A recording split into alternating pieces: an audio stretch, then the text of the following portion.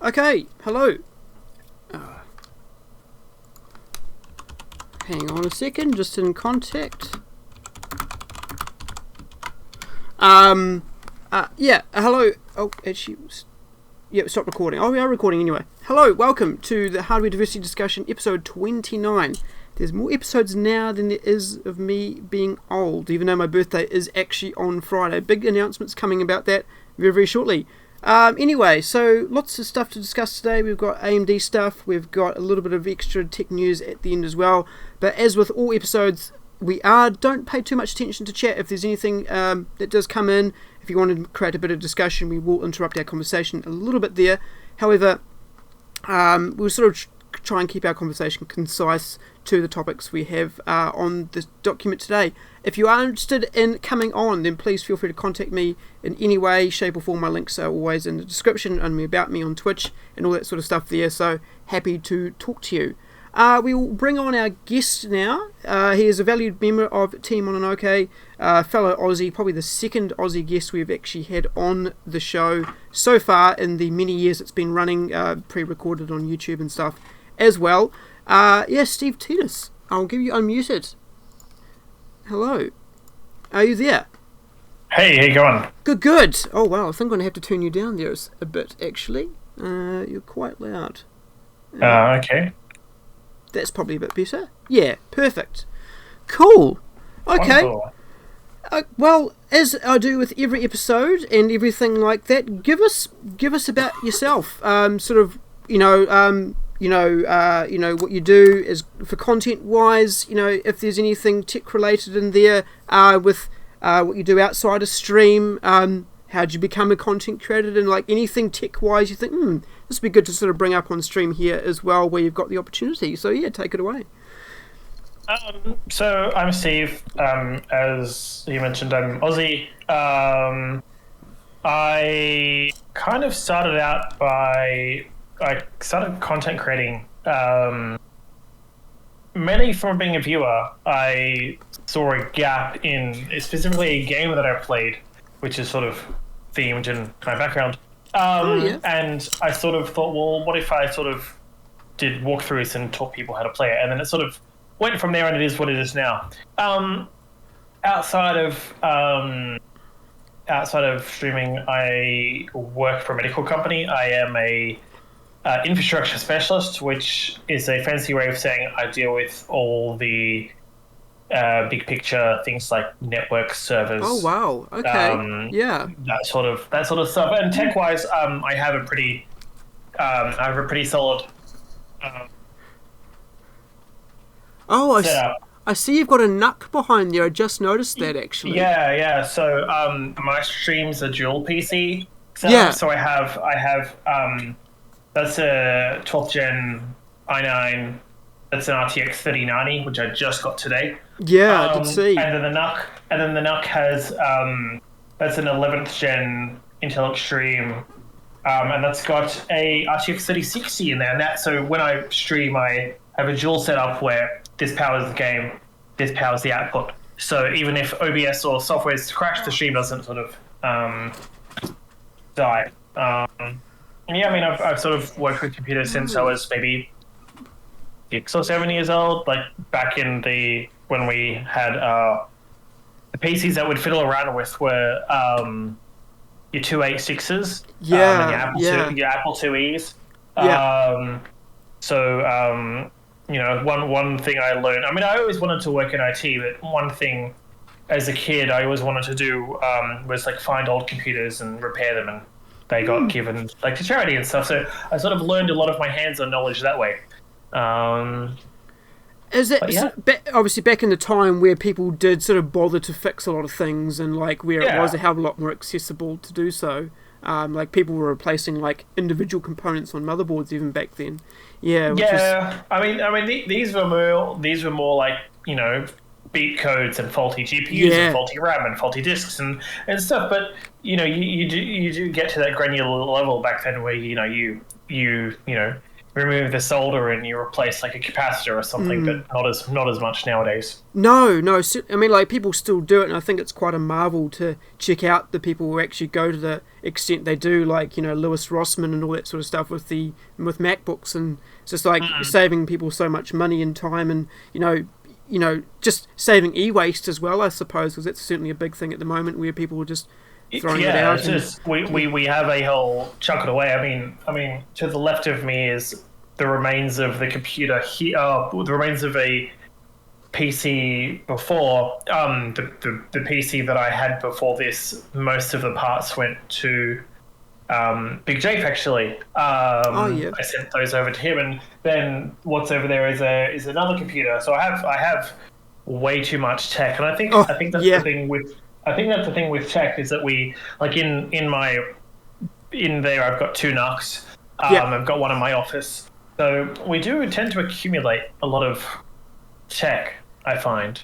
Yeah. Um, Yeah. I agree. Like, even if you're like not an enthusiast like ourselves, you still sort of end up with like a lot of stuff that you just like simply don't use anymore, or part of it's died, or yeah. yeah.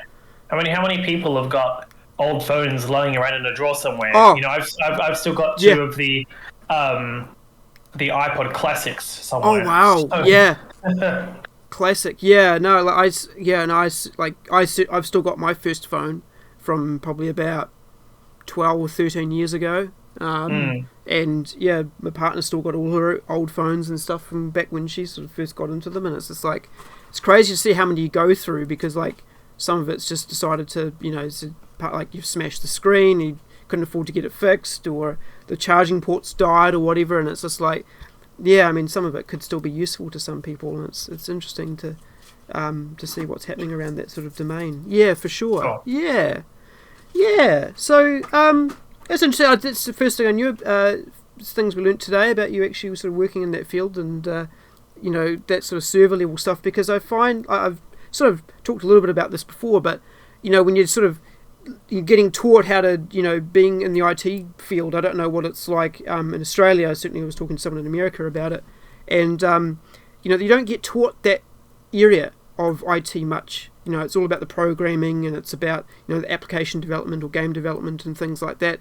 A little bit of robotics in there, which is kind of cool. But in terms of like the industry IT stuff, like system administration and stuff like that, doesn't seem to be as prominent with if you're wanting to go into study, or it's sort of like a lot of on the job training. Would that be true over in your neck of the woods as well? I think I find just keeping an eye on my cat. Looks like he looks like yeah, my cat's sort of causing me trouble at the moment too. What was I saying? I'm just also trying to open that discussion document because for some reason it doesn't want to open in Word, but I should be able to open it in Google Docs. Yeah, it gives me some weird error. Oh, so that's okay. I've got it here in I've got it here in Google Docs. So that's fine. I mean, I find a lot of like I did a bachelor's in IT and I majored in mobile development. But the stuff you learn at uni, you go into a new role. Like I've worked in IT for 10 years on and off, and you go into like a position and you think, oh, I know everything about IT and tech, and then you realize you don't pretty quickly. So yeah, it's a learning thing. I mean, there's still things in the servers that we manage that I'm just making sure they don't chew on cables. That's a habit of them. Yes, it is. Yeah. I mean, there's still things in my job that I don't understand, that I don't know, that I have to go to other people. Yeah, it's a constant learning experience. I mean, I find in technology, if you're not always learning, you're just going to fall behind. I think people have said that before, and it definitely rings true. Like if you aren't always just learning, then you're definitely going to fall behind. Yeah, and I suppose sort of part of why I do have this sort of discussion with people is because like it sort of helps me, keep up to date. And people think, oh, I spend all this time researching and stuff like that, but it's certainly I find it very interesting, and all that sort of stuff, and it sort of brings me into fields that I wouldn't normally look into as well. So yeah, and it's good having chats with people certainly outside of our domain. I had a friend of mine not long ago who sort of did a lot of majoring in science and things like that, and it's like that's really cool to sort of have those discussions as well. But anyway, before we keep blabbering on about random stuff, shall we get on to our topics today? Good. So I suppose this is something I'm not sure how much knowledge you have in this sort of department, but we're talking a lot about AMD today, and sort of what's going on in their camp, because we did talk about Intel about a couple of weeks ago now actually, but so I suppose Zen 4 is coming up very, very shortly, and obviously 12th gen is launched, I believe, this year or late last year. And yeah, I mean, I'm running 12th gen. So. Yeah, and it was a pretty crazy step up in terms of them going back to the drawing board and starting something completely from scratch. It did take them a couple of years, and I'm very glad that they got there. And I suppose Zen 4 is like a bit of a response to what's going on, because I won't be discussing this too much in this discussion because it's sort of relatively new news, but AMD has just gone and released a whole slew of cheaper processors to try and combat what the performance gap there is by making cheaper products. But we'll talk about what's going on in future products, because I suppose with the 4500G and the 5600 stuff is still reasonably current level products. But what is your thoughts about what's coming up, I suppose, because there's a lot of things in there with the 5800X 3D that's just launched with its extra stacked cache on top of the compute chiplets, and a lot of things in there around perhaps having slightly higher core counts in there as well, with possibly having chiplets with higher core counts, or even smaller chiplets and having multiple rather than just the two that's on there in the current gen CPUs. It would be an interesting, because obviously with Genoa, which is their currently sampling out to clients with the EPIC range of CPUs, you are looking at, I think they are going to be releasing 96 cores and obviously the 192 threads there as well. So that's kind of obviously an increase over the 64 that's been in the top end, in the 64 that's been in the top end EPIC CPUs for the last few years as well.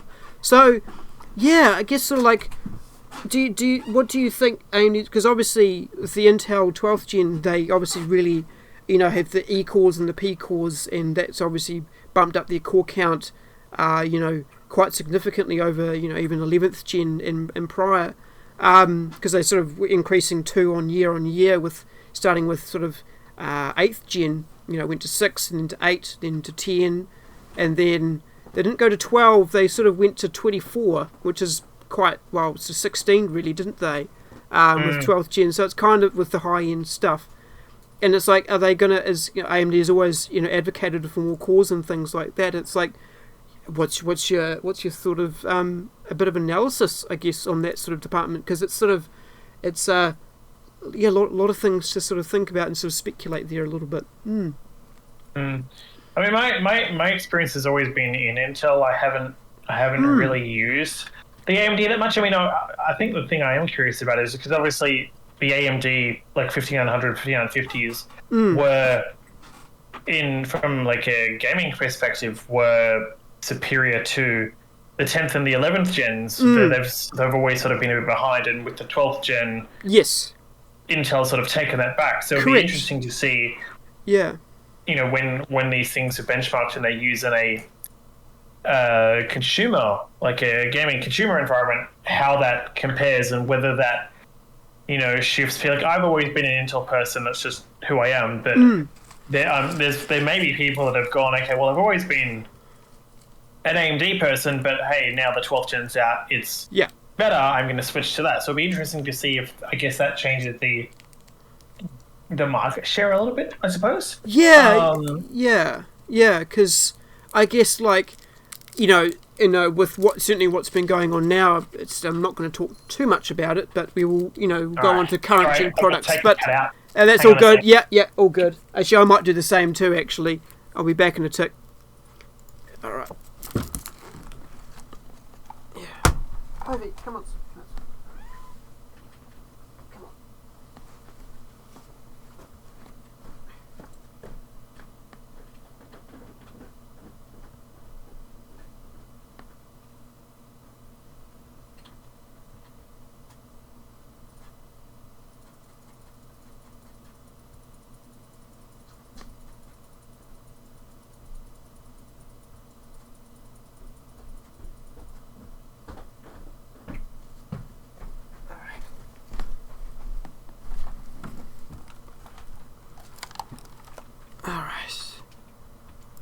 There we go. Yeah, I'm back. Cool. I draw the line at cat about to scratch the computer. Oh right, yeah. No. She sort of seems to have my cat seems to have the habit of coming in about an hour early for dinner, and so I just put her back outside. So, yeah, no, that's cool. Yeah, it's certainly an interesting market because you know a lot of people are claiming now that AMD have been quite a little bit complacent with their offerings and sort of trying to because they've obviously gotten the crown and they were quite happy to get that. Took a lot of effort, and it's like now they're sort of their value proposition has been declining certainly since 12th gen's been out, and it's like they're not actually willing to compete where it matters, because in theory, Zen 4 should have been possibly out by now, or at least brought back to actually compete a little bit more closely with so Intel doesn't get so much of a lead in the market share back again. But yeah, they're looking at probably obviously with they're obviously going to an LGA socket, because obviously AMD has been a PGA since for a long time actually. They've never had an LGA socket on the mainstream platforms, to be honest. And so that's going to be a bit of a change with what's going on there. There obviously DDR5. There's been a bit of a speculation about the DDR5 controllers within what's going on with Zen 4, and perhaps they've actually almost artificially limited the controller to not accept DDR4 memory, but then just simply not going to allow that to be used, because apparently there is some compatibility that someone has found within Zen 4, but apparently that's not actually going to be a thing. So I'm interested to see why, if that does eventuate, whether they do, because obviously with 12th gen they're sort of in the intermediary period where there is that DDR4 support and that DDR5 support, and certain boards are within certain chipsets as well. And I thought maybe with what happened with AM2 Plus and the the Intel did it with the G45 socket way back in the Core 2 Duo days, where they had that DDR2 and DDR3 support as well, sort of even on the same motherboard, depending on how many DIMMs you're running and whatnot. So it was it was an interesting period there too.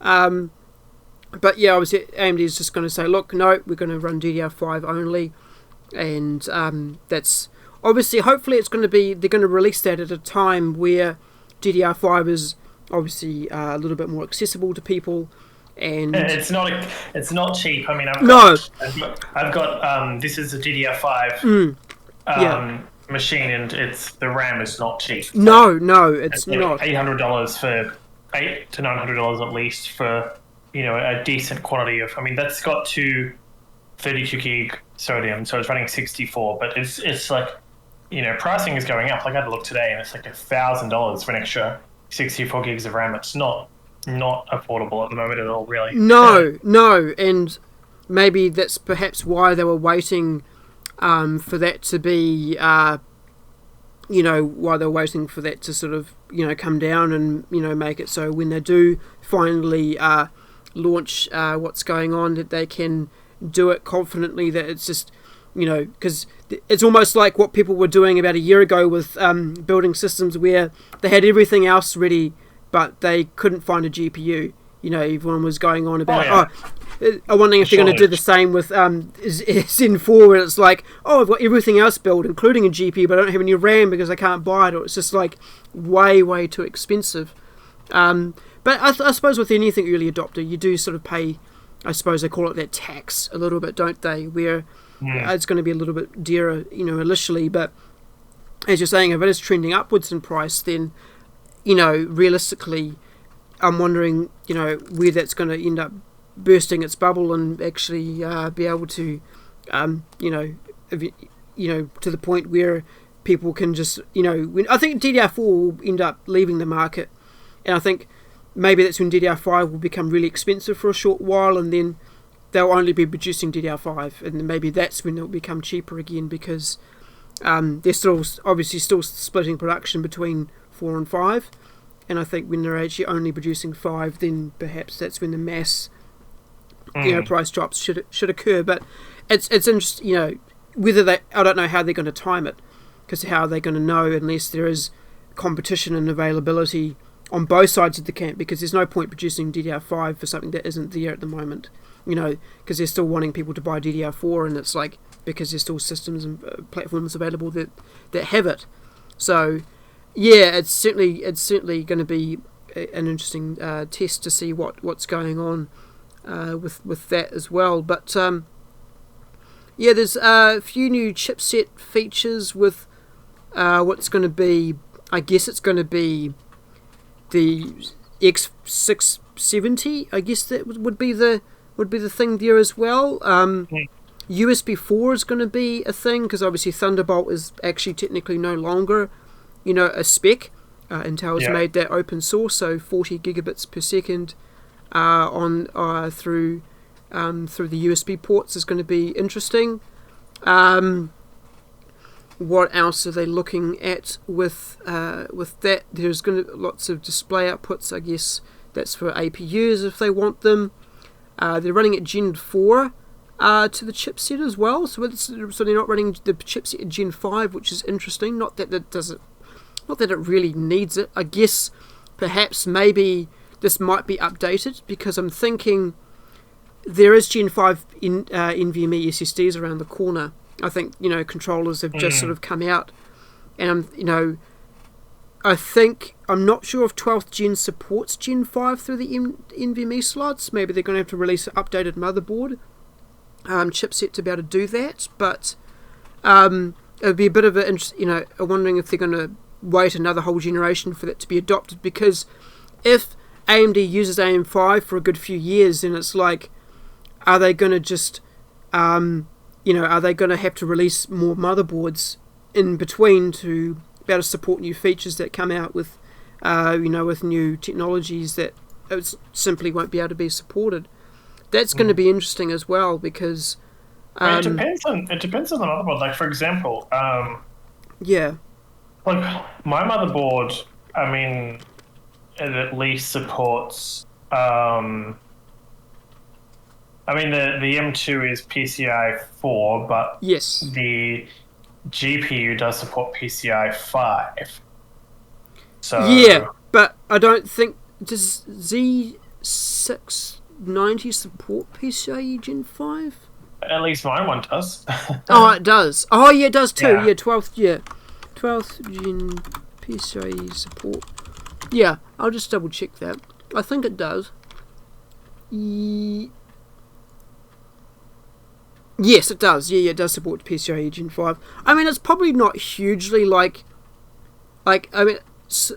probably relevant yet. And I suppose I'm thinking if if the M.2 slots do as well, and they do have DMI 4.0, which is good. But I was like, if AMD actually does the same thing and only has the first 16x slot supporting Gen 5, then it's it might be a wasted opportunity, because obviously Intel do release motherboards with each new generation of CPU, essentially, pretty much. But with AMD, they've been known to keep socket support for, it's been 5 years now, with AM4, and if they have to release a slightly refreshed motherboard chipset because there's a new M.2 standard out in the wild, it would be probably frustrating, because they're known for not doing that, and I guess maybe they are going to allow future proofing to an extent. If you buy the top end motherboards, and you should be able to want to keep them for a while, versus having to replace them every year or two.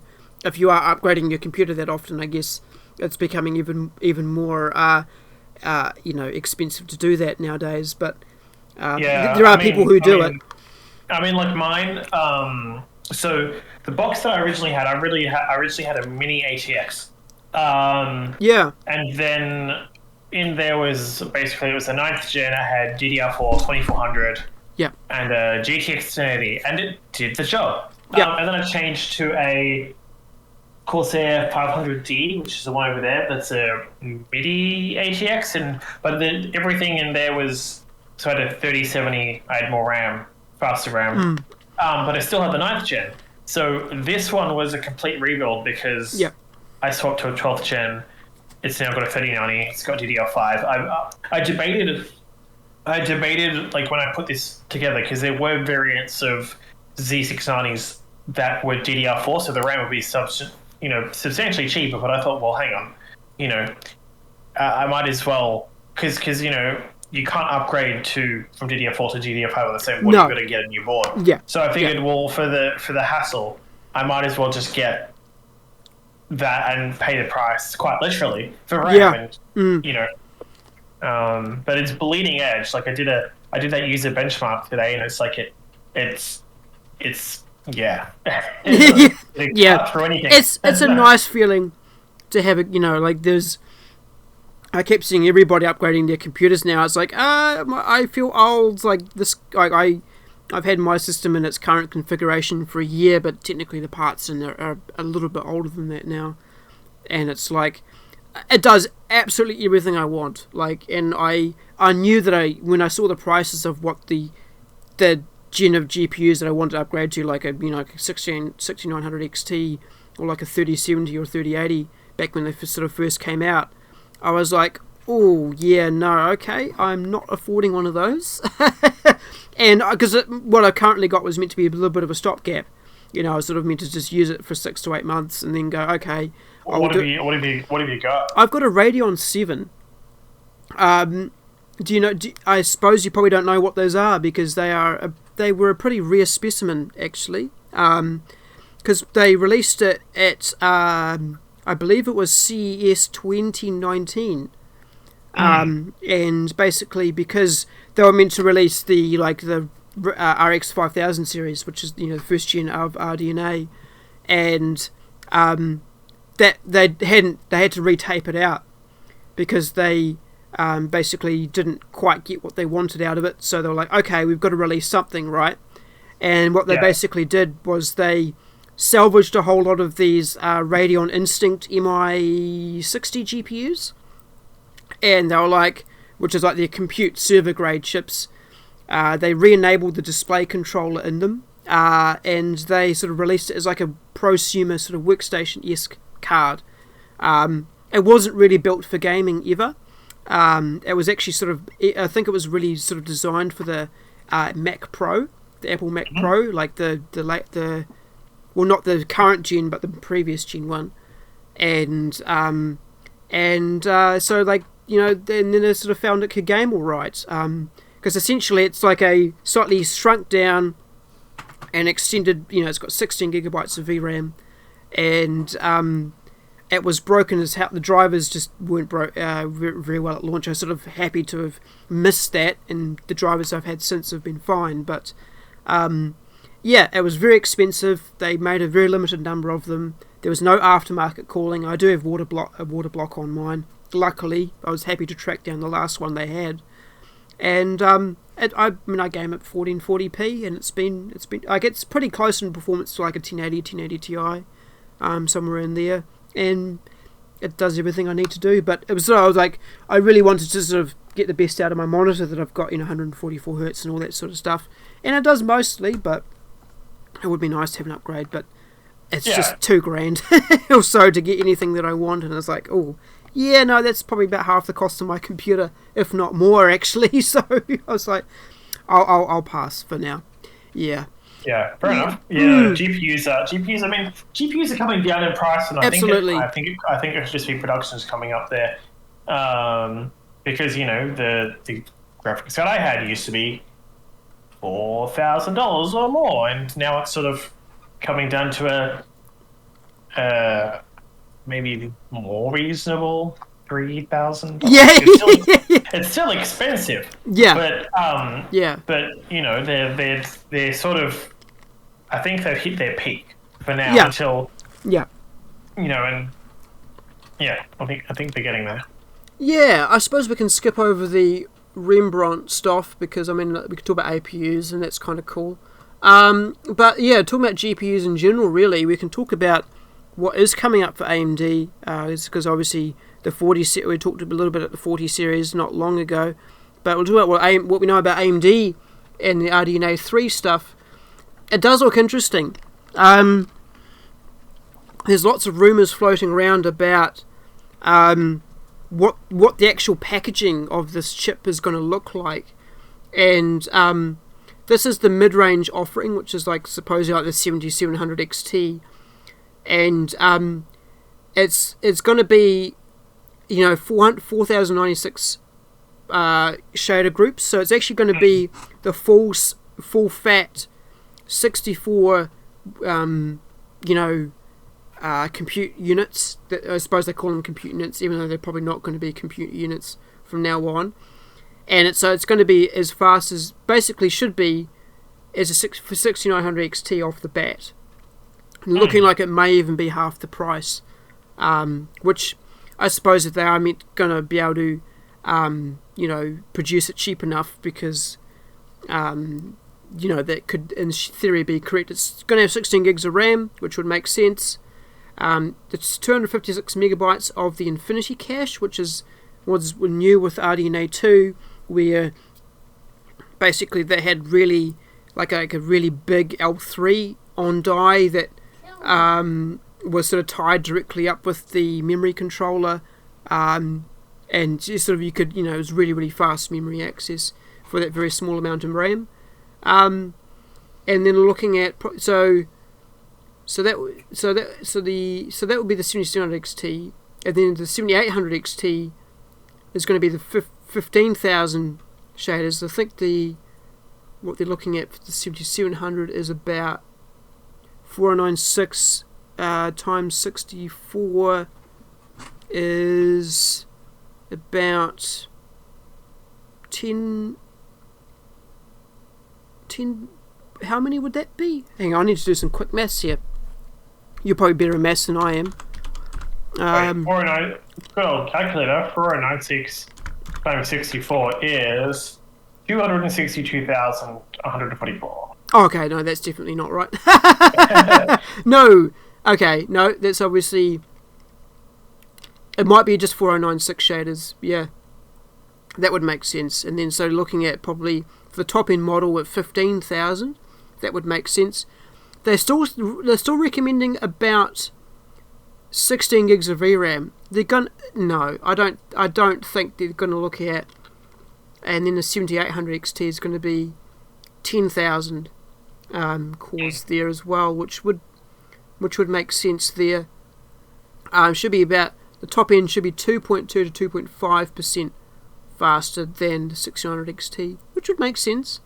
But the packaging is the interesting part, because they sort of have talked for many years about like a chiplet GPU architecture, because what the issue was, I guess, was obviously like what people were hoping was like, because of multi GPU support being dead, they were looking at ways to sort of circumvent the fact of having multiple GPUs acting as one unit. But obviously this is a different way of looking at it, to the point where it's like basically they're just doing it because of price. Sort of splitting up the working groups and the particular the mother chip and the daughter chip, having sort of similar capabilities, but not having the controller, not having separate controllers on each. They're just going to have one, and so it sort of act as one die. And I guess like this picture here, it sort of illustrates that a little bit differently, a little bit of a rumor where it's basically just going to be split down the middle, and it's going to have that Infinity Fabric connection like they do with their CPUs, and it's going to communicate over a bus, in the silicon itself, that is multiple hundreds of gigabytes a second bandwidth in theory, and means that they can produce smaller chips, which actually cost less to produce, and hopefully they're going to get rid of the latency penalty that comes with having multiple chips, because that was the problem with the original Zen 2 dies, was the fact that because they were spaced so far apart, and gaming is such a latency sensitive task, that people were saying, the amount of nanoseconds it takes to access memory from the I/O die is so much greater than if it was just a one chip. And it's like, if they're able to have the memory still relatively close and have a high bandwidth connection, then in theory it shouldn't have that problem. But RDNA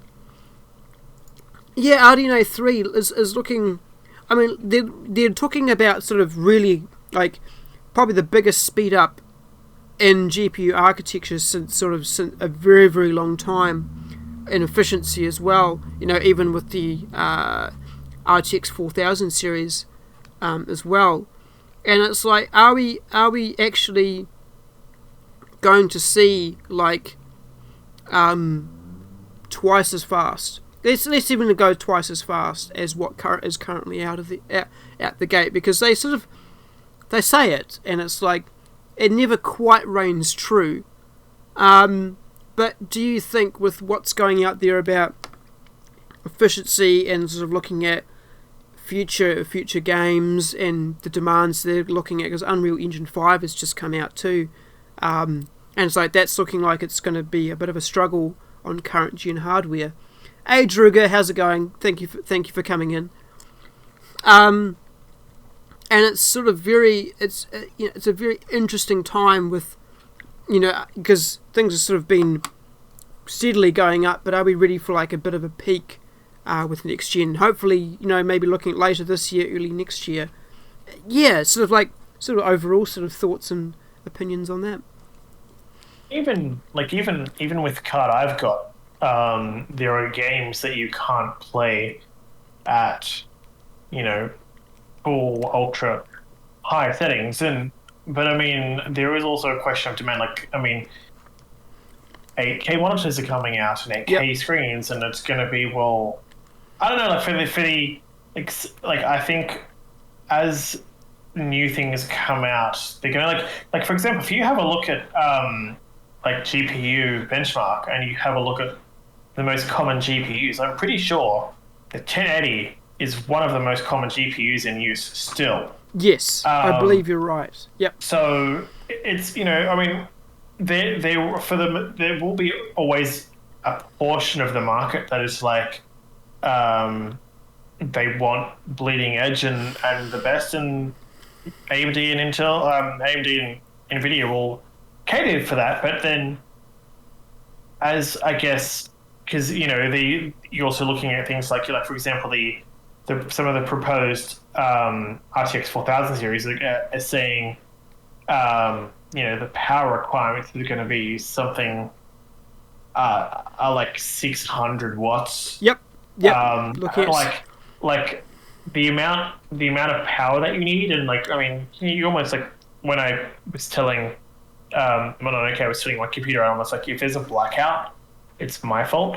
I've seen people put two 3090s together in a system, and I thought, you're going to definitely cause a blackout with that. Yeah, so I think there's always going to be a market for, more power, more processing power, and all that sort of stuff. But as like for example, most people are perfectly happy playing. Like, predominantly, I think a lot of people are still happy playing at 1080p or 2K. And most current GPUs can do that quite easily. So, I think there will be a market for it. I'm just curious as to how big a market that will be, and that could potentially also, I mean, excluding the whole cryptocurrency mining, because that's a separate issue altogether. It is, yes. But yeah, I mean, there'll be a market for it. It's just a question of how big it's going to be, depending on where it's at. Like this card says it can play at 8K at 60 frames per second. I don't have an 8K monitor to test that out, but I guess in a couple of years it will be a whole, well, I've got a 5 or an 8K monitor. I need that power, but I don't think it's just yet.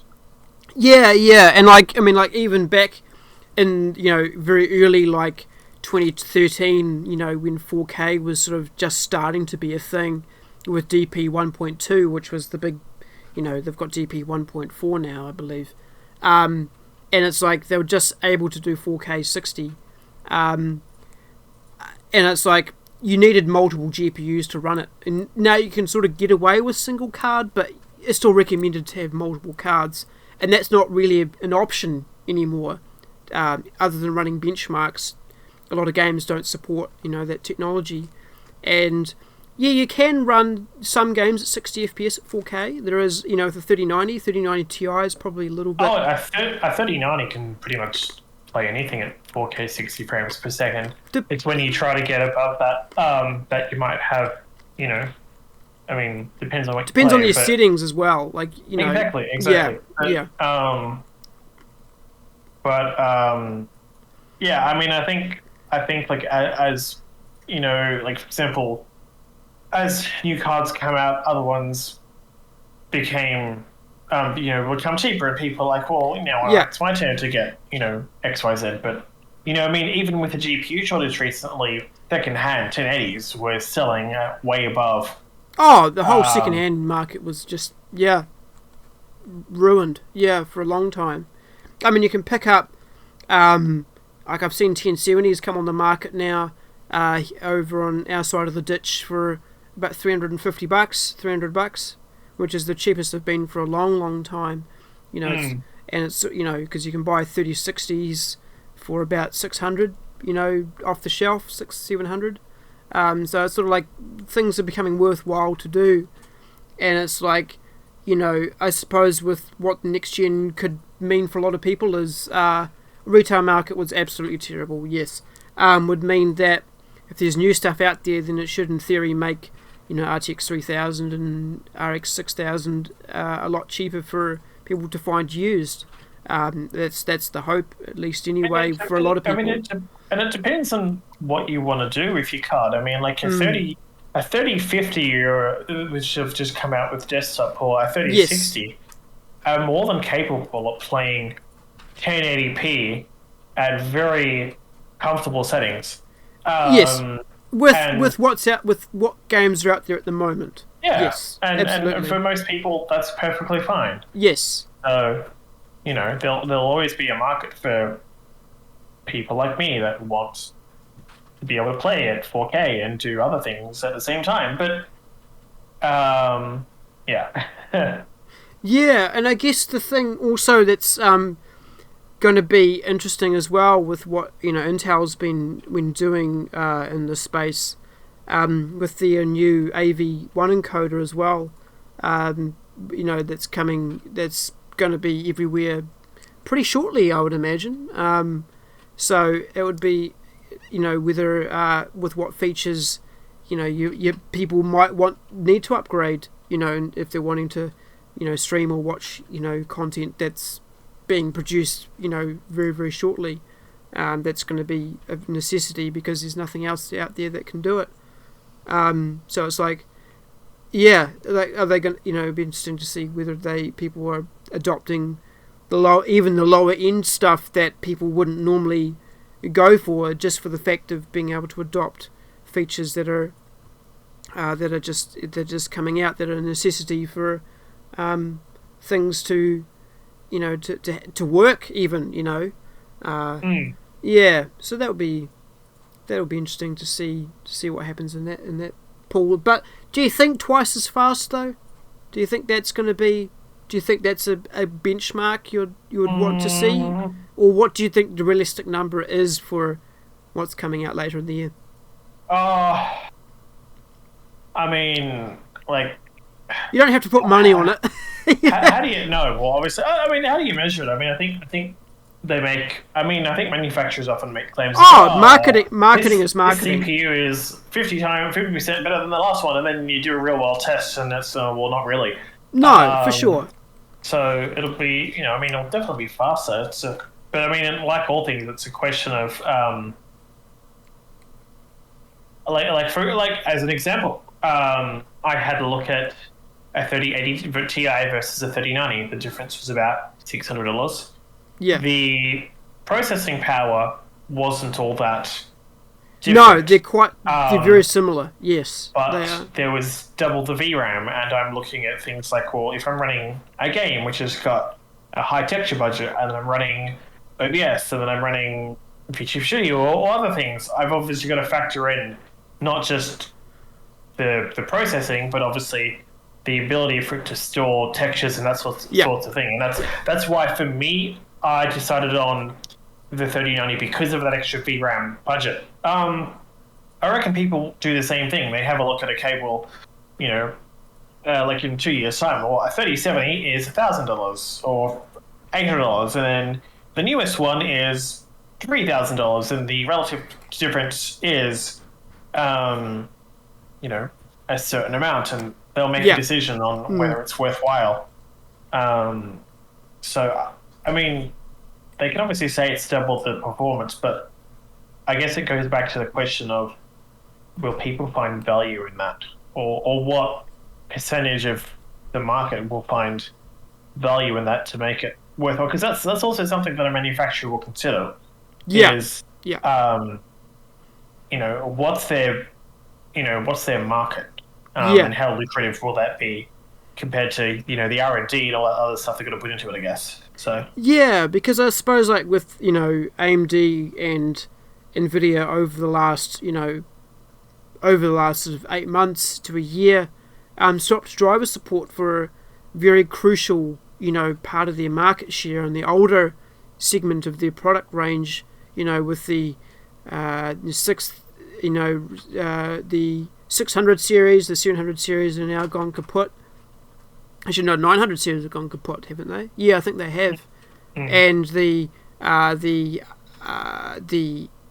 first gen to third gen GSN GPUs have gone. I'd imagine the Vega and the 10th gen series on NVIDIA are probably due to be going soon as well. And it's like, how do they, do they time, releases with when they're prepared to drop driver support? Because you'd think that, that would encourage people to upgrade as well. It's like, if I can't actually even launch new games, like I've seen with what's going on, with like Halo and stuff like that on older cards, play them perfectly fine. It's just the drivers have locked them out because they put a minimum requirement on them. And it's like, if you want to play stuff that's coming out next year, you just simply won't be able to, because they'll be like, oh well, no, sorry, you've got your card's too old, even though it's still perfectly capable of doing that. I mean, I think if they turn around and they drop support for the 10 series, like the 1080s and so on, they're gonna. I don't see them doing that for a long period of time, just because they're gonna look at the portion of the market and I guess the response. I mean, and a 1080 is still, I would say, pretty capable for sure. Yeah, full HD at reasonably playable settings for many modern games. I mean, you're not going to play Cyberpunk on it at full HD at ultra settings, but it does the job for a large portion of the market, and that's why it's so popular. So I reckon a factor that any manufacturer is going to have, like Microsoft and Windows, for example, they only recently removed Windows 7, which was launched in, I forget how long ago, but a while ago. I mean, so many people were still using it. So some people still do, even though it's unsupported. So I certainly know people who, like, with really old systems that just their hardware just simply wouldn't run Windows 10 well, compared to like what Windows 7 supports, because there's still a lot of native programs and stuff that just don't run on 10. Or like I run modded games because you can't. There's certain bugs that occur with more modern operating systems that just don't appear with older ones. So that people have gone out of the way to patch the executables to be able to do that, and it's kind of crazy to come across those sort of things. But I think they will certainly probably put a lot more effort into supporting newer hardware going forward. With certainly like stuff that just simply a lot of games. I see your comment there. Yes, maybe me. I mean, I could probably run Cyberpunk at Full HD on Ultra too. I might give it a go. I don't own the game. I wish I did, but I'll give it a crack. And certainly with like FSR, that does support FSR. Does that count if you're virtually upscaling your resolution? Does that? You mean the DLSS? The equivalent of the upscaling. DLSS. Yeah. So does that count? I mean, it may well do. I mean, benchmarks obviously go through the games and go, okay, well, you can play these settings and so on. So yeah, but those technologies are very good at doing what they do. Like you can notice a difference, but it's not.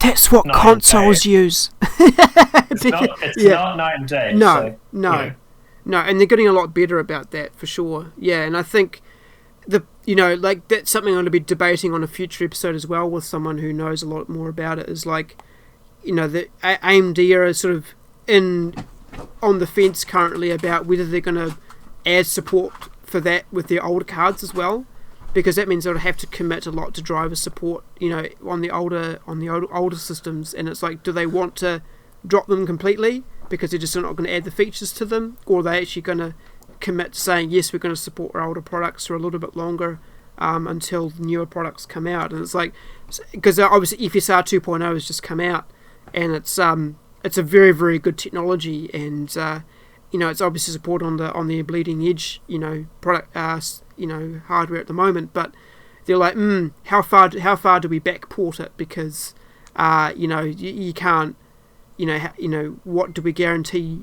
How long do we guarantee support for on this older stuff before we just go, no, everyone should just upgrade to get those features because they don't work as well as they could, compared to what it's natively designed for. So it's an interesting conversation. And I suppose if NVIDIA, did the same with like ray tracing, like if they, if they did that with like somehow managed to backport ray tracing to 10th gen GPUs, it's like, do you like enable that support even though it doesn't work well, or do they, or do you actually just say, look, no, okay, it's just not going to come there, and you're going to have, if you want to, play those certain games with that technology, you're going to have to upgrade.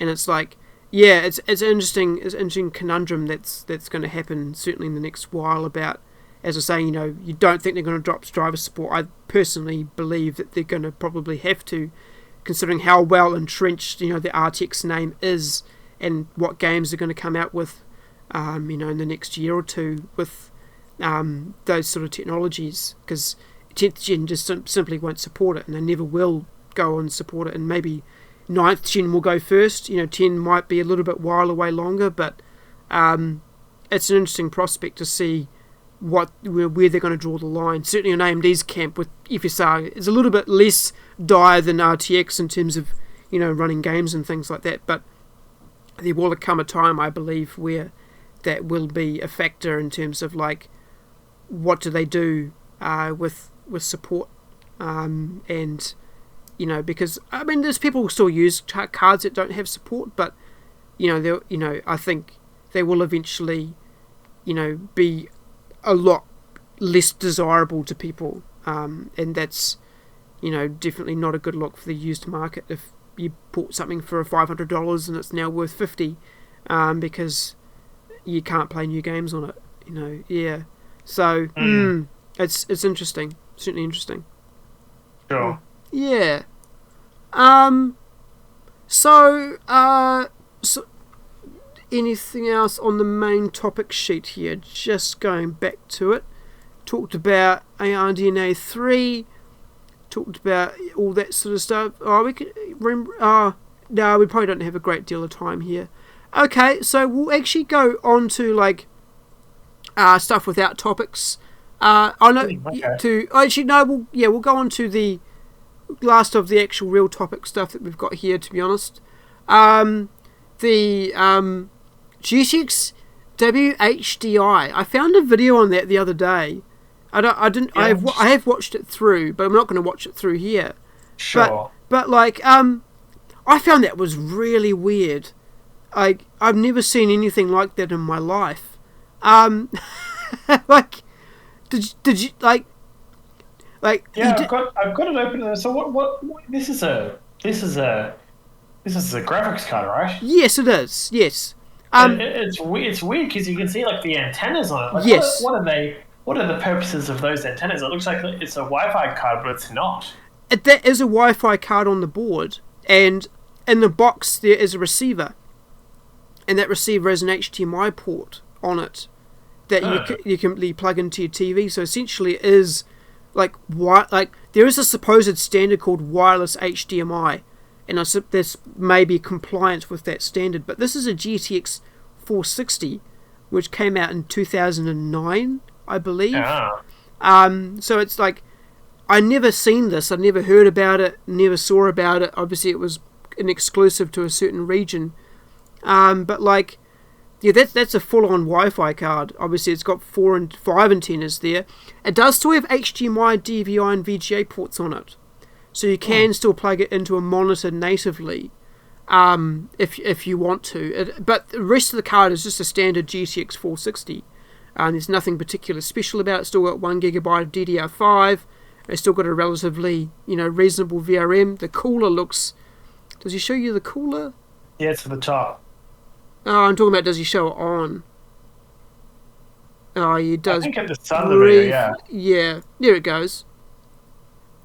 Yeah, there it goes. So that's what, it's sort of a, quite a slim looking card, lots of anodized aluminium and stuff.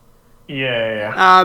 But it's that. I was just, I'd never seen anything like that, and I thought I'd want to share because it's like, literally a wireless GPU. Like, I don't think they did anything else like that again. I mean, Intel did have their wireless display WiDi standard. I don't know if you'd heard of that before.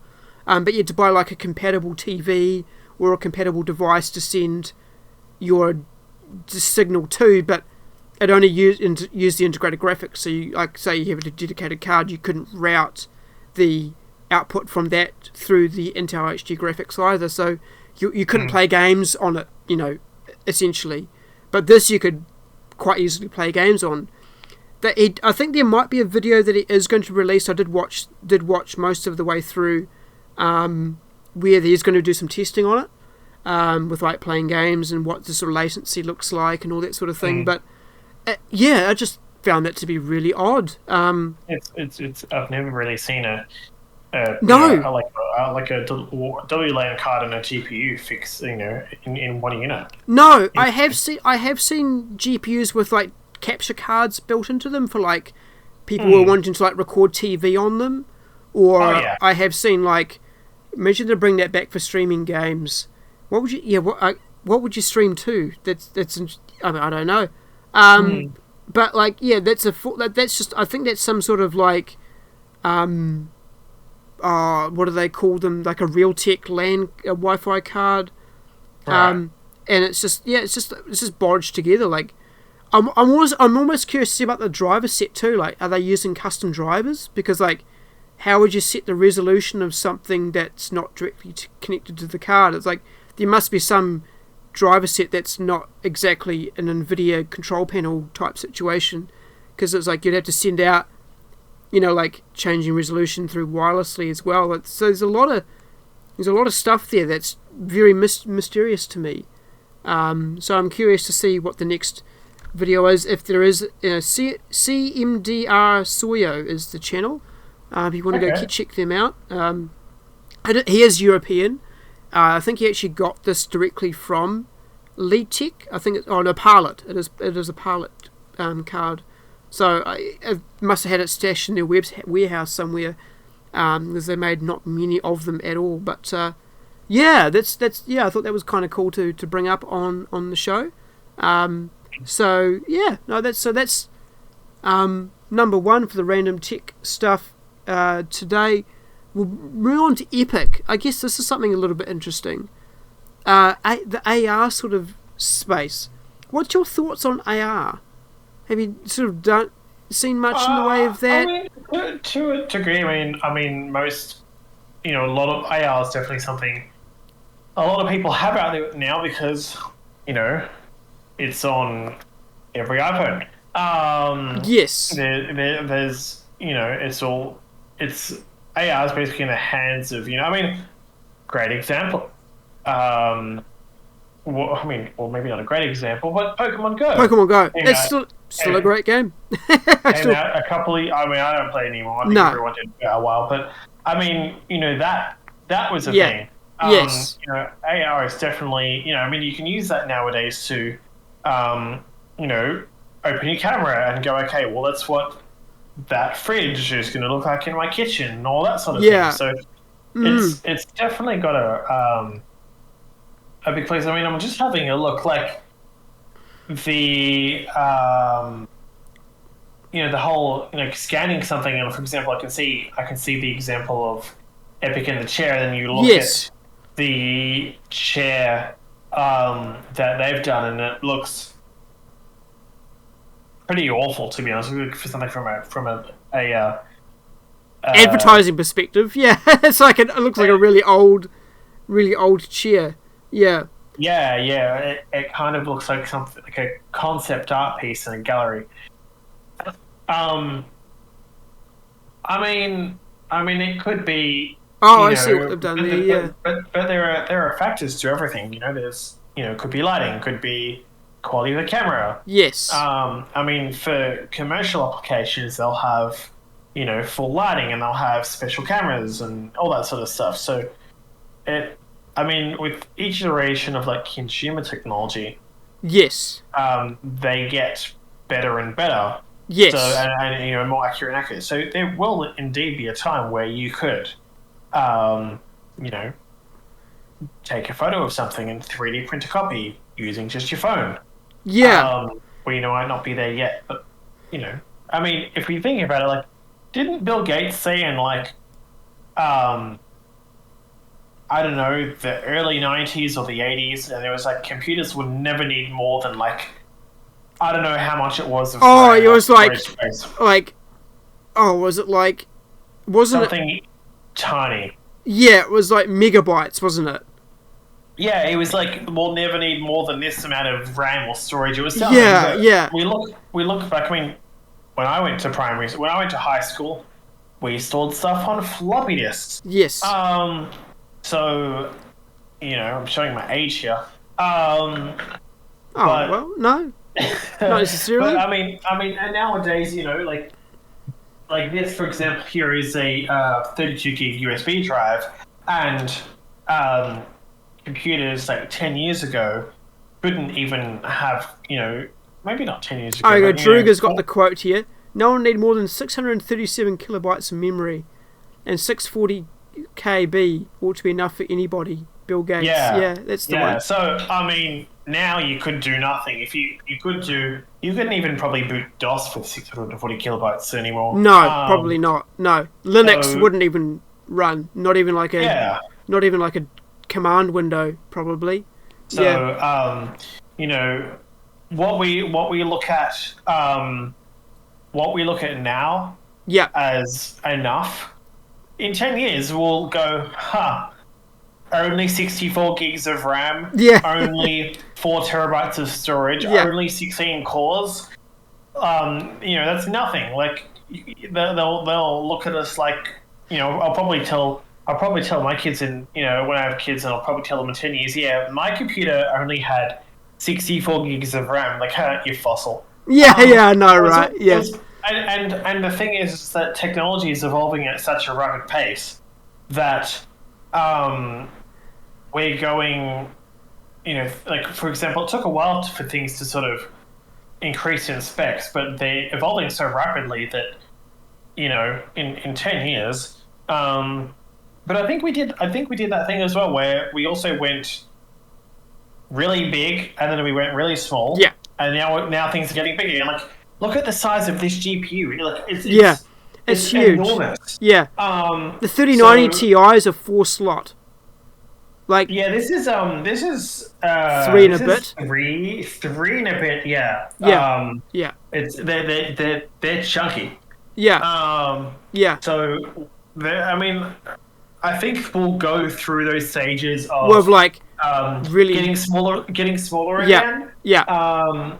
And then it'll sort of, I guess it'll sort of go from there. Because I remember like the old 750 Ti's, like where they didn't require power connectors, and like they were a really decent like GPU for like what you like for like entry level 1080p gaming. It's like they were just really efficient cards, and then they like you can still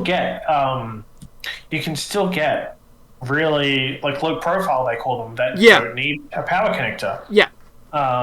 But they didn't release any, obviously, like with how big the dies are on the RTX 3000 series, they just didn't have the efficiency to have a card that would be any worthwhile with 75 watts. You know, because No. And so, the 6500 XT doesn't require a power connector, but that thing is god awful. like that thing was, I mean, like I could see its marketplace. I can see where it is. There was a bit of a meme that I shared on the show a couple of weeks. Probably can't see or hear anything. No, there's certainly sound coming through. I don't know. And it'd be on their end. Probably on, yeah. It's crapped up to. Okay, radio. Yeah. Yeah, I'm just unmuted your stream briefly, and I can. Yeah. No, I don't think there was any big issues there. What was I going to say? Yeah, like a meme, like with the 600 XT, like on an NVMe SSD thing, like a picture someone had made up of like, because it was such a small GPU that, and it didn't require any power at all, that basically you could just run it off a, coming in perfectly on my end. Yeah, it's going to say, I thought there was no, oh, hey, human, how's it going?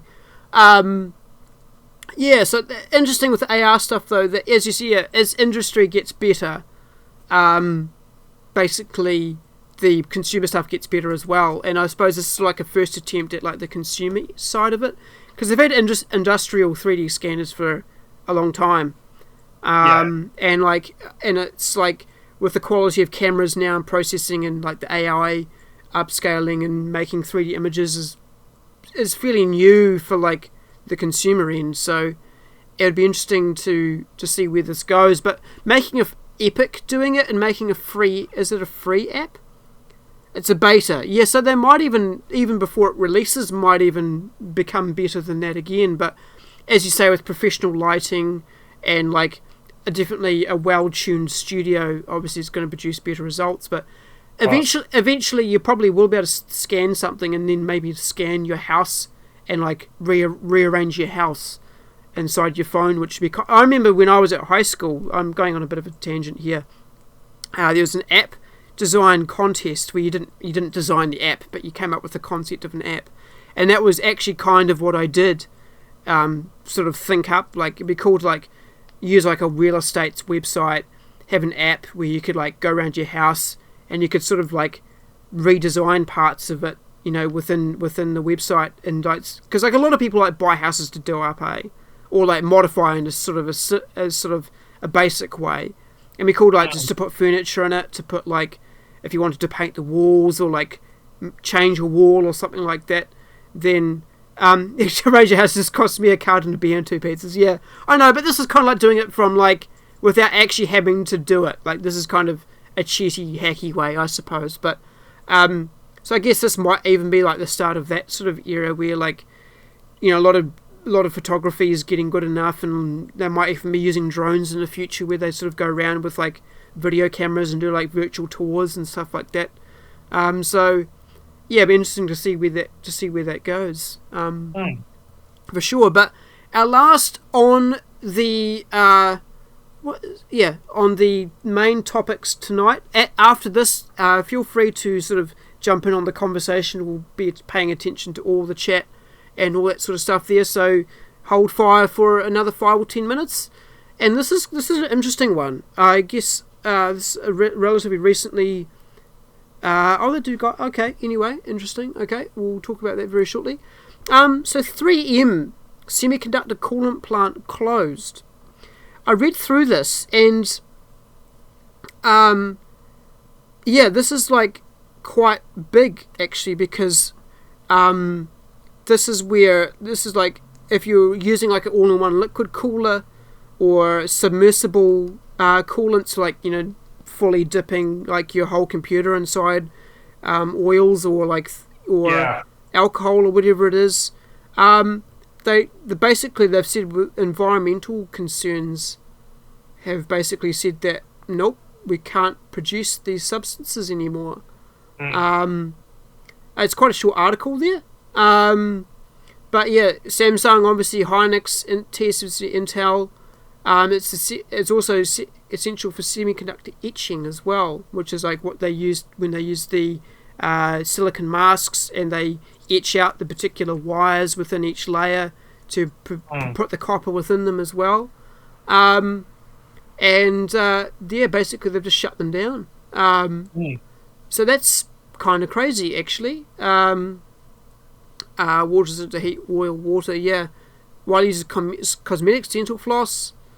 It's also a toxin by the looks of it as well. But if it's, I wonder if there's a replacement for it. Really, there's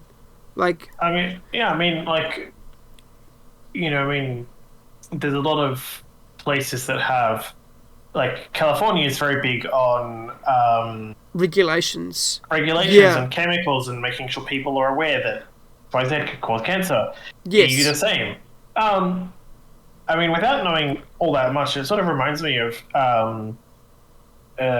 completely unrelated, but back in the 90s or the early 2000s, or maybe earlier, around that period of time where we all realized that chlorofluorocarbons are bad for the ozone layer and they destroy things. And,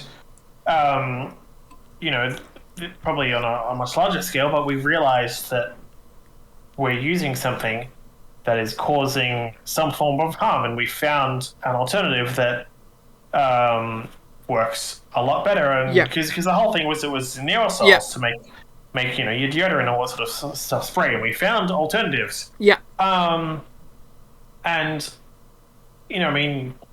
Without understanding obviously the properties of this versus other things, industry will normally find a way to get the job done.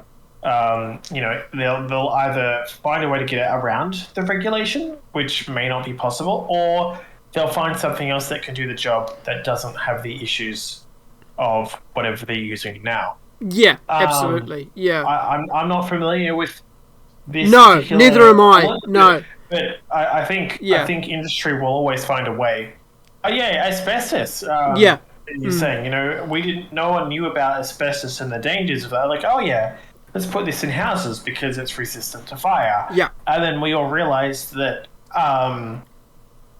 if this becomes fibrous, you can inhale it and get cancer and other diseases. And we phased it out. We found out alternatives. So, and I think when we identify there's a problem with something, we need to be aware of the impact and find a solution. But that said, the solution is not always eliminated. We still use mercury in certain things.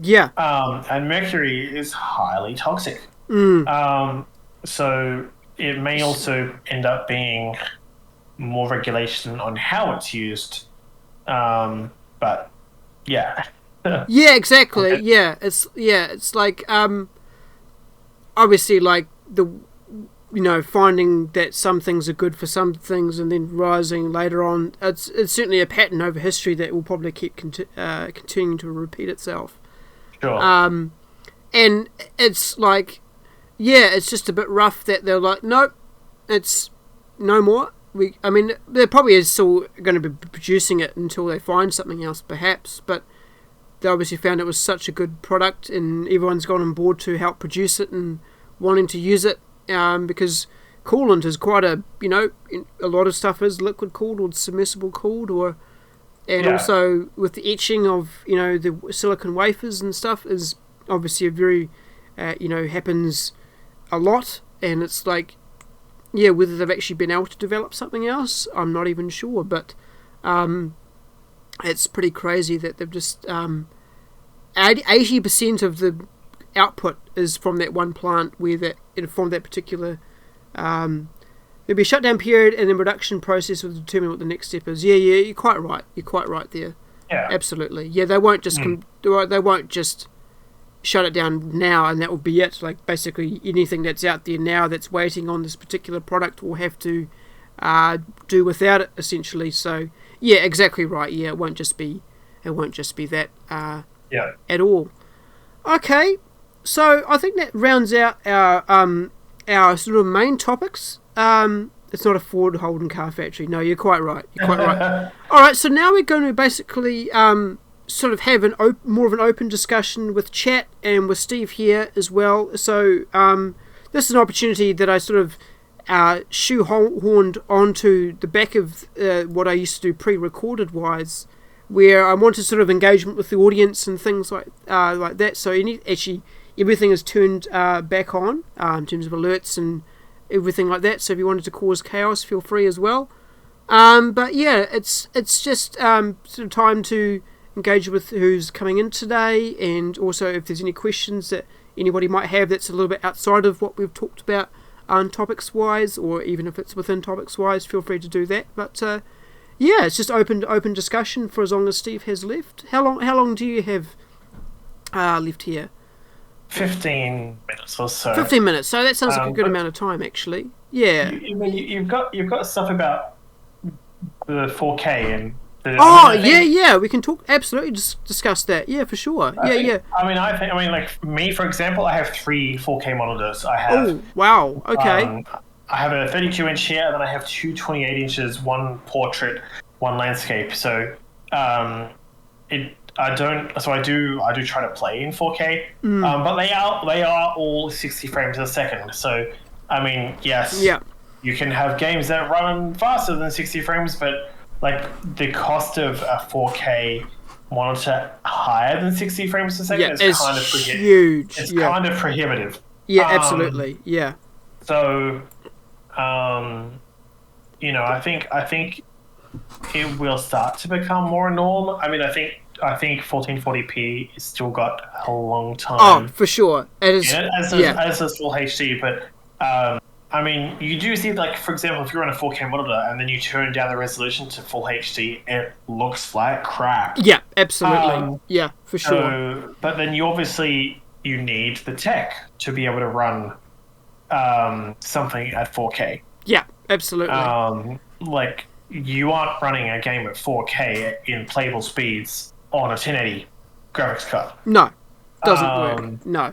So it'll all depend on things like the availability of graphics cards, people's desire to run at higher than, because if they don't have a GPU that can do it, if they don't have monitors that can do it, and if they don't have the need to play, like a lot of people are just happy playing at full HD or doing whatever they do at full HD.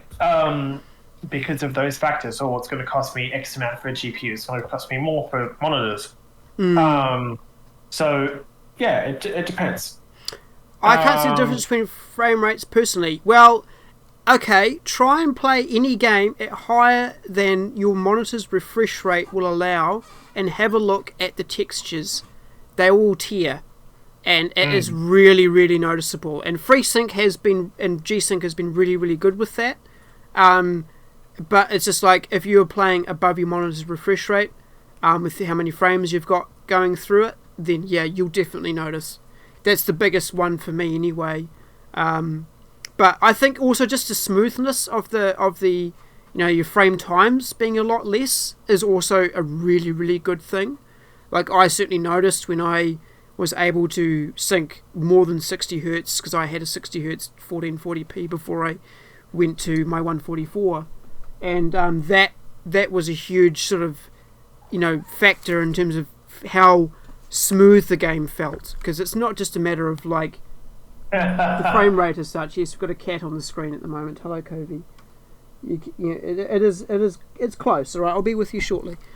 You play monitor's refresh rate, but I've played 120 and still see the difference. Oh, okay, interesting chat there. Interesting. Yeah, I mean, some people can't see it. Like the animation might be too fast for people, or like they might be so focused on certain aspects of what's going on they don't see what's going on like around them that would be causing those issues. But it is certainly a thing. On the flip side, you can definitely see when you can't run Oh, absolutely. And, yes. And you see frames drops, and it looks like it looks really bad. So, I mean, but once you get like, there is obviously, I don't know what it is, but there is a point where you get above a certain frame rate and you can't tell the difference.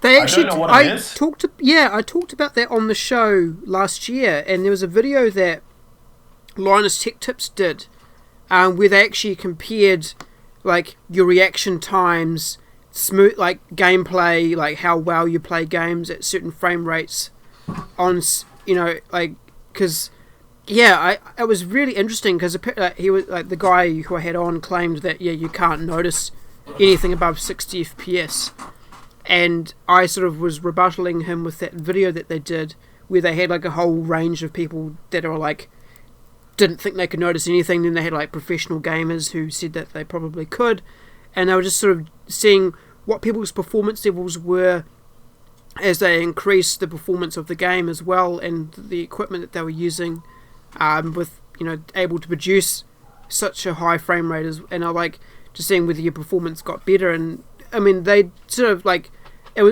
was certainly interesting with the people who were more tuned to the higher levels of frame rates, to see whether that was something that they were willing to, if there was any statistical evidence to say that they actually were performing better. And there was a slight increase. I mean, it wasn't as great as people were probably hoping, but I do remember seeing something about how that all, I do remember seeing that there was some sort of difference that they could notice. Obviously, you've got to have fairly well-tuned eyes. The average user won't see a difference. I mean, that's not true. I can certainly tell. If I'm playing at 60 hertz and if I'm playing above 60 hertz, I can tell. Absolutely tell. Because I know when my game drops below 60 frames a second, like even without the frame rate counter. It's just like that certain jerkiness, and the motion doesn't feel. Now I've got adaptive sync as well, and even then you sort of know that the frame times are increasing, and if the frame times are increasing, then like the relative amount, of motion that happens within a certain frame increases as well. So it's like, if you can rotate your camera and you don't see any blur and you don't see any like jagged frames, then you're playing above 60 hertz. But it's probably more of a monitor tech issue at that point rather than a game issue. If PowerPoint levels like 5 or 10 FPS. Absolutely. And most monitors aren't designed to display under 5 or 10 FPS. Like they're not built for it. Like most adaptive sync ranges or G-Sync ranges are between sort of 30 or 40 hertz. And if you're below 30 or 40 hertz, then it just won't work properly. But 60, 75, 120. I mean, 75 I can't tell, but if like you're doubling it to 120, I think I could probably tell you that it's twice as smooth, for sure. I mean, I've just sort of I've seen what above 60 hertz does, well, on a 60 hertz monitor, and you can sort of spot it. And it's like now I'm sort of accustomed to playing sort of more 80 to 100 FPS on most games that I play, and I notice when it drops below it. So even without frame rate counters, I generally play without frame rate counters anyway, because you're streaming and when it's got in the top corner, it's quite distracting. So that's it's an interesting thing. Like, you've sort of got to know what to look for, and you've got to experience what it isn't when it is. So it's kind of interesting point there. I suppose we can move on a little bit unless there's some final comments on that regard. What out of those particular last sort of 3 topics there, is anything that you want to pick out, because you don't have a lot of time left and I don't want to discuss those 3 if there isn't anything particularly interesting you want to talk about? Not particularly. I mean, I sort of mentioned my experience with PCs at the start of the podcast. Is I've obviously. I mean, I remember. I could go with a funny story. So. Okay. Cool. I mean, so when I was probably like 8, I was putting together probably a 286, and it instilled in me. So obviously, every computer case has got the power button and the reset button, all that sort of stuff on the front, and that connects to the motherboard a very particular way. Yes. Well, at the age of 8, I discovered what happens if you plug them in to the wrong parts and then turn the computer on. It sets on fire. Oh. At least it did back then. Wow. Okay. Well, it smokes and you yank the cable. Yeah. And then the other thing I learned in high school was so back in my day, geez.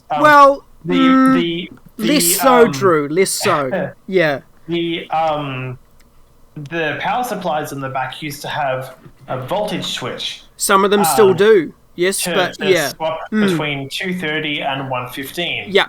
Yep. And I was 11 when I learned that even if the computer is turned off at the power point, if there's power turned in, if it's still plugged in and you flick the switch, it goes bang. Yes, I've done that too. Don't worry.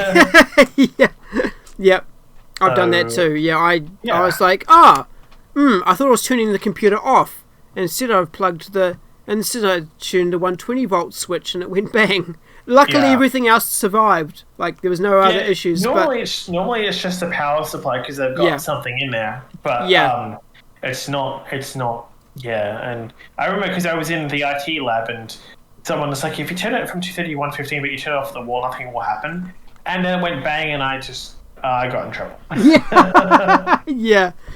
No, I've certainly done that. I've had my fair share of stories to tell. Probably don't have time to talk about them today unless there's nothing else that you want to sort of discuss here. I did that with the school server. Oh, he did that with a server rack. Oh, they would be livid. Absolutely livid if you did that with a server. My knowledge of Active Directory at school wasn't very good because I somehow managed to get IT administrative access and then I changed my account level. But then because of how they had permissions set up, I think I don't know. Looking back on it now, I can't figure out how I did it or what I did. But it basically changed the access of everyone else. Oh, okay. Yep. So I got found out pretty. I got told off, but it wasn't a. I mean, it was kind of like a when you get tomato sauce in your back and your dad's like, I don't know how you've done it, but well done, son. They weren't sure how I did it, and they were annoyed, but at the same time they were like, we're not sure how you did that. Well done, but not good. yeah, exactly right. Yeah, it's pretty crazy. I did manage to I've killed a motherboard. That's the only one I've actually killed, but because I run water cooling and I have done for the last sort of 5 or 6 years, and I think I was changing. I thought, one day I'll just drain it and put a new water block on it because I got the mono block up from just a regular CPU block, and I must have got water in the socket. The motherboard didn't actually die. It just wouldn't post. And I was like, oh crap. Luckily ASUS were because the way I acquired this board was kind of technically not, I wasn't meant to have bought it essentially, because it was a review sample, and I actually had to go through AMD to get the warranty on it, and they were luckily to back of a truck. No. I bought it off a friend who sort of got into the review game, but didn't end up doing anything with it. So he just ended up selling them. And so, I bought it, and then I had it for a couple of years. Put the new water block on it, got water in the socket, and they just said, got in touch with AMD because ASUS didn't know anything about it because it wasn't an ASUS product. Technically, AMD owned it, and they said, "Yep, just send it back to ASUS." And I thought, oh god, here they go. They're going to look at it and go, you fucked it. You're going to pay hundreds of dollars to get it fixed. they sent me back another one like for nothing.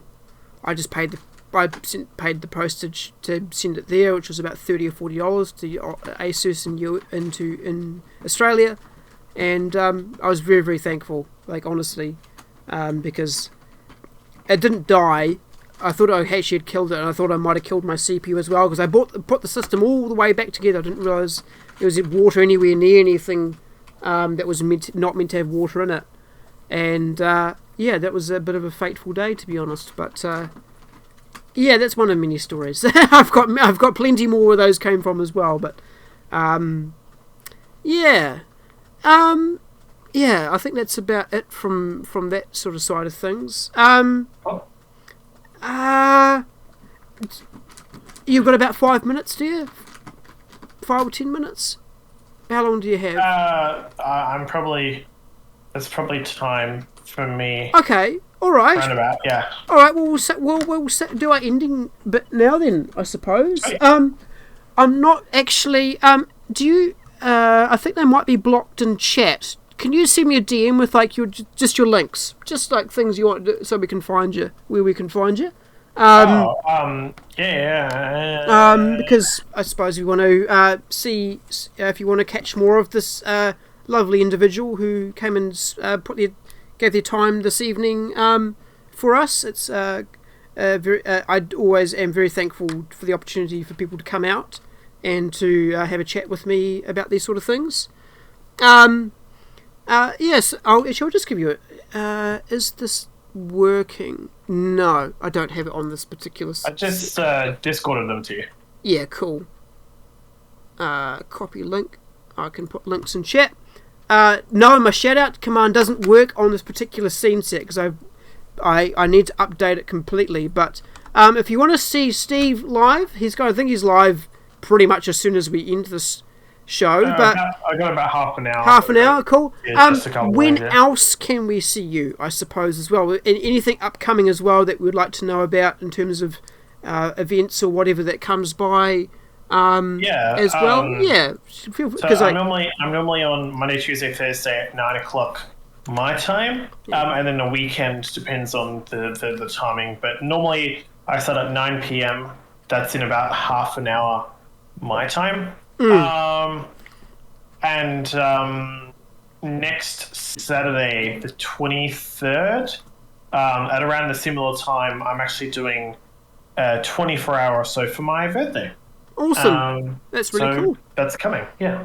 Cool. And yeah, so go follow him on Twitch there that I posted there, and is the Steveathon. Yeah, my one's coming up on Monday, I believe. Yeah, it's not going to be 24 hours. I'm not ready to commit myself to that amount of my life yet, but I'm certainly going to be doing 12. They aren't easy. No. I one day, it's maybe for my 1 year of my affiliate anniversary, which is in September. That might be 24 hours then, but but it's 1 year of me streaming on Monday coming up. So sure. So that'd be pretty cool. It's got some things planned for that, but definitely go follow him. Also, I'm very active on Twitter, and I know you're very active on Twitter as well. So you want to keep up to date with him outside of stream. He does have Discord there as well. He did invite me in. I'm sure he can give you that link if you do go onto his stream, or if you do follow him on Twitter as well. But no, thank you very much for coming out. It was a couple of weeks in the making. I know we sort of had a bit of to and froing trying to get things sorted out, but that's all good. Hey, timing was a little bit challenging, but we got there. Life gets in the way, and it's always more important than sitting down talking about tech for a couple of hours. That's for sure. I think a lot of and I suppose that's why not many people are willing to do it. But that's all good. I appreciate you coming by for sure. Would love to have you back here again at some point. I'm not going to ask you for next week or anything like that, because it would just be a little bit short-sighted. But no, it's been good, and I appreciate your insight and your chats and your input, because I'm here learning. I'm here to teach and help educate you guys, but also learn from you as well, because there's things that I certainly don't know about, and people's perspectives outside of mine is something I'm always looking for, to see what other people feel and think about what's coming up, because everybody else is as relevant as I am in those domains, as I just sort of read what you guys read, and if anybody's got anything else that I sort of didn't think about to add to that conversation, then I'm more than happy to hear it. So thank you very much again, and hopefully I will certainly be lurking in your stream very, very shortly. And I'll let you go. No, but thank you very much. Yeah, really, really appreciate it. You were certainly no worries. certainly cool to have a chat to tonight. Absolutely. Yeah, I thought I would have struggled a little bit more on the topic, so I'm glad we actually were having a pretty good conversational round, I think. And yeah, thank you, audience, as well. This will also be on my YouTube. That's where all my VODs go, that are the podcasts and my Let's Play content there too. I'll let you go for now. I'll do my ending piece, and catch you later on. Appreciate it. Cheers. Have a good night. Thanks you too. No worries. Thank you. Okay. Bye, everyone. Bye. Cool. No, thank you very much, everybody. I'll hang up the call as well. I think he's probably left anyway, but I'll hang up the call. No, thank you very much, everybody, for coming by. If anyone is at all interested in coming on the show, feel free to DM me here on YouTube, Discord. My Twitter links are in the About Me and the description of these videos, as always. I might actually. Well, who is live? Maybe we will go and raid out. I wouldn't normally raid out on these particular episodes because there's something that I'm going to be recording. But I'll put in the recording here. But yeah, don't forget to Conquest TV. Yeah, maybe I will. I'll end the recording here though. But don't forget to rate, comment, favorite, and subscribe because you owe them. All right. And I will catch you all in the next episode, which will be next week, which is going to be a bit of a one-off special with my moderator, and we're going to be talking a lot about games and our top 5 games, so I reckon it's going to be a cool episode. But yes, catch you all in the next episode. I'm not going to stop stream. Catch you then. Okay, bye for now.